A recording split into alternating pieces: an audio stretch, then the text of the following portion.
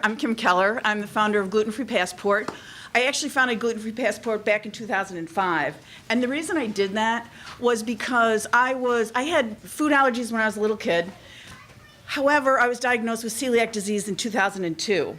And I was actually an international business consultant. I was a partner with Accenture, and I was working with clients all around the world. And instead of looking at cookbooks, which is what most of us would do, I'm like, okay, I'm going to be eating in restaurants. What do I do? And back then, unfortunately, there really wasn't anything to tell you how to do that. You might find a chapter in one book or another. So after 3 years of research, we ended up writing the books and apps that Sandy had mentioned. So just thought I'd give you that little intro. For the next 10 minutes, what I wanted to do is I wanted to touch upon more from a business aspect, but also kind of putting it back into terms for all of us as customers. Talk to you about training from hotels and restaurants, what goes on behind the scenes. But the first training that I had done was for a culinary school, believe it or not, and that was back in 2005. There were no courses, there were no topics about celiac disease, gluten-free, food allergies, nothing. So now, obviously, it's great because the CIA has major courses with that. If you look at all these culinary schools, but it totally made sense because here are the future chefs that are going to be serving us. So we need to make sure that they understand how we're going to be, what our concerns are and how we need to eat. And then I wanted to talk a little bit about the consumer experience and then talk about a few more resources in addition to what Karen and Aaron had said. So first of all, from a restaurant perspective, there's really 3 steps: education, communication, and preparation. What are our 3 steps? The same.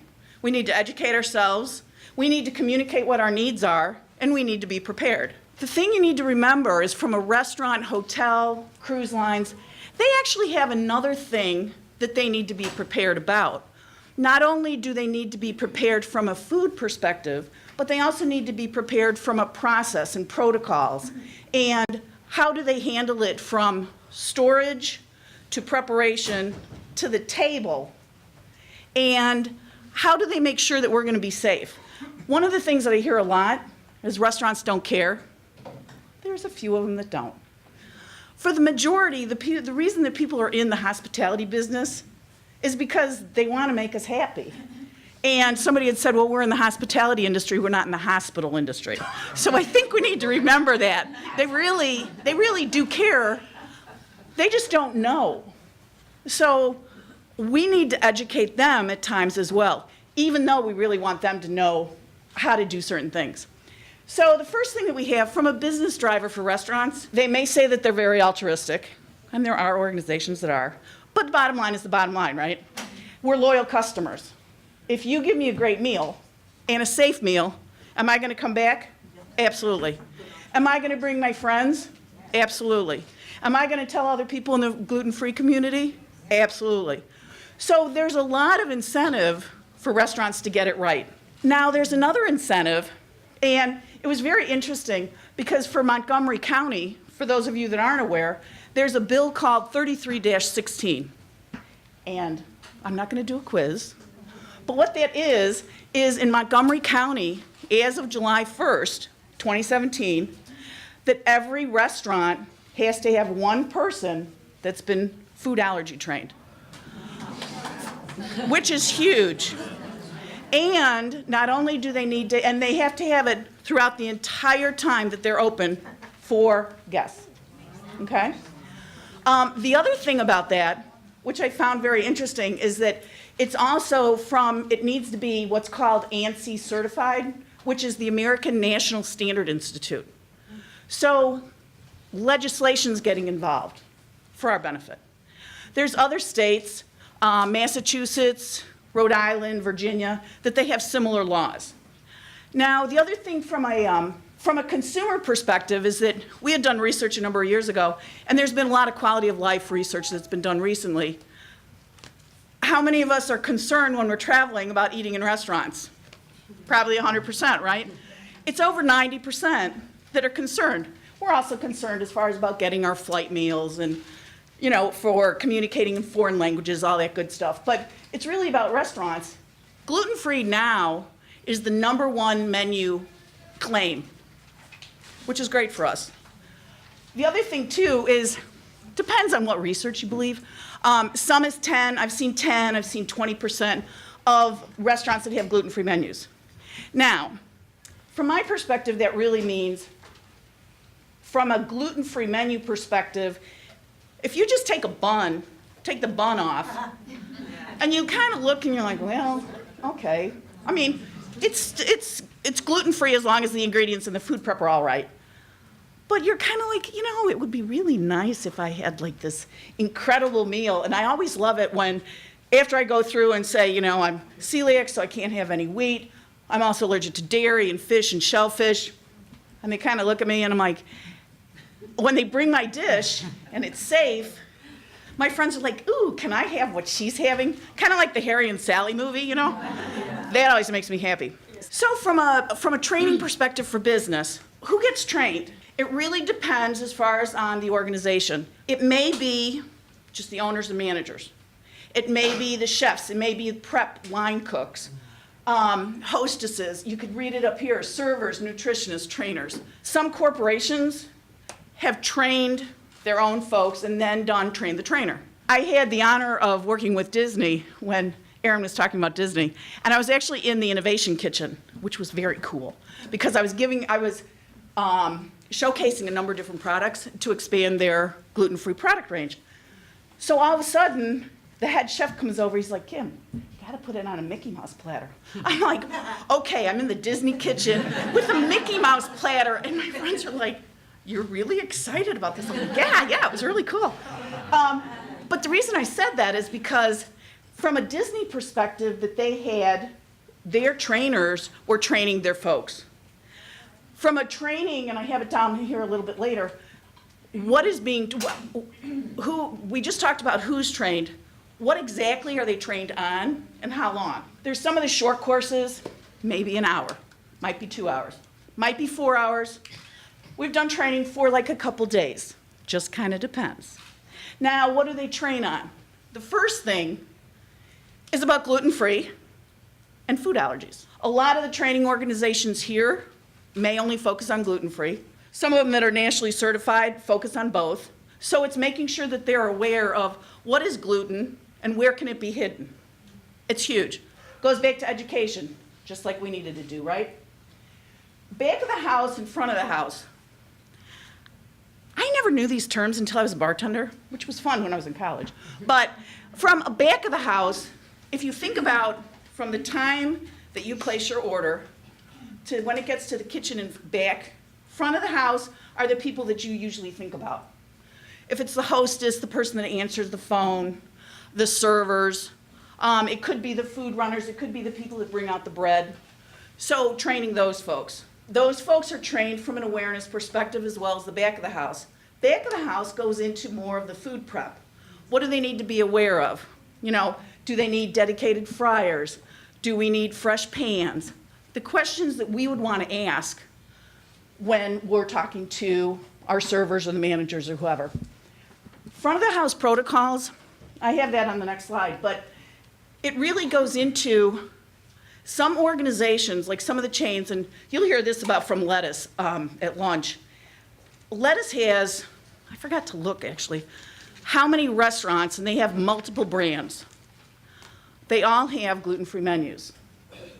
They have training, and they'll get into it in a lot more detail from a corporate perspective, but there's certain protocols. What a protocol means is a process or procedure, right? And it's just restaurant terminology. So as soon as you say you're gluten-free, they say, well, I need to go get a manager. Not all of them. Or they say, well, I need to go and get a different colored piece of paper to write your order. Or I need to go check on that. I get the question a lot from a front of the house. Are they training waiters and waitresses in real detail about the preparation? They have it so that it's the base understanding, but as soon as they know that you have an allergy or a celiac, I typically, from a celiac perspective, I usually say I'm allergic to gluten, even though I know it's not official, because celiac, a lot of times, depending upon where you are, the eyes glaze over and they're like, ooh, what did they just say? So anyway, the other thing from a restaurant, emergency procedures. If you think about for us, if we have a food reaction, what do we need to do? Same for a restaurant. They need to take into consideration legislation. And also, even if I trained you, I may need to do biannual training. My staff turns over. My dishes change. My products change. So if you think about it from overall, when I said, when you go into a restaurant, think from storage to preparation to table. Restaurants need to make sure, I might have been getting my supplies from you, you might not even tell me that one of my products changed. Then I need to go and look at the ingredients there. So there's a number of different things that they need to do in addition to what we normally would do. So as far as for food preparation, one of my big things, and this is from us as customers, one of my favorite stories, I was a guest speaker in Sydney, and this woman came up after the talk and she's like, my husband's celiac. And I have to tell you a funny story. We went into a restaurant and he looked at the waiter and he said, can I have a gluten-free meal? All the waiter heard was free. And he looked at him and he said, sir, I'm so sorry. I can't give you a free meal. He's like, no, I'll pay. Gluten-free meal. The reason I mention that is because instead of saying, is this gluten-free, is that as effective as saying, do your burgers contain breadcrumbs? Do your burgers contain packaged seasonings? Are your French fries fried in the same fryer as your chicken fingers? Are your corn chips fried in the same fryer as your chimichangas? What do you think that they're going to understand more? So my point is, and yes, when restaurants have a gluten-free menu, that is a very good indicator for us. When I go into an Italian restaurant that has a gluten-free menu and has gluten-free pasta, I still ask, can you make sure that the gluten-free pasta is cooked in fresh oil? Sometimes they look at me like, really? I said, you know, I don't think you would do that, but I've been in Italian restaurants that have. And they're like, oh, okay. It's kind of like when you ask for decaf. I ask you for decaf, you bring me coffee, I ask, is this decaf? I think of it in the same terms. So ingredients and hidden allergens, and that's really up to us understanding, but we also have to rely on the restaurants. Marinades, obviously. If you go and say, you know, I don't want any marinade, it's just fine. And when I was in Russia, plain. I mean, it wasn't about the food in Russia. And I was a DIY, so I didn't go through travel agents or anything. Mine was about experiencing Moscow and St. Petersburg and having lots of translation cards that I gave a lot of people. And I ate in Russian, Italian restaurants, believe it or not. Russian, French restaurants, because I knew what I could eat in Italian or French. So, did I say no marinade? Absolutely. Are there other times when I'm in Paris, I'm like, what's it marinated in? And I use the translation cards. Here in the States, you can say no marinade, but a lot of times they're like, oh, it's marinated. Olive oil, salt, and pepper, you know, maybe a little herb. We'll have something tasty. So my point is, from a marinade perspective, you can ask the additional questions on what's in there. Seasonings, if it's packaged seasonings, garnishes. Remember, restaurants, hotels, cruises, not only do they want to please us, but they want to make food look really pretty. So there's times that they don't even think about the garnish. The other thing, too, is that as far as on menus, and you've probably seen this, from a menu perspective, restaurants don't put together menus as a recipe book for us, even though we'd love them to do it. So if you see something and it doesn't say croutons, or it doesn't say what the marinade is, or whatever it could be, you want to make sure that you're asking the questions. If you're dealing with a restaurant that doesn't have a gluten-free menu, if you're dealing with a restaurant that does, then you want to do the confirmation component. Cross-contact, think about it from storage, preparation, clean gloves, all that good stuff. From the front of the house, we had talked about some of that. Here's some resources. Karen mentioned her site. We have our site. Erin has her blog. I have a blog. Karen has a blog. You know, there's Find Me Gluten-Free, Allergy Eats. These came from allergy, moved into gluten. Find Me Gluten-Free, gluten-free travel site, gluten-free passport, gluten-free globetrotter. Came from gluten, went to food allergies. So thank you and punch.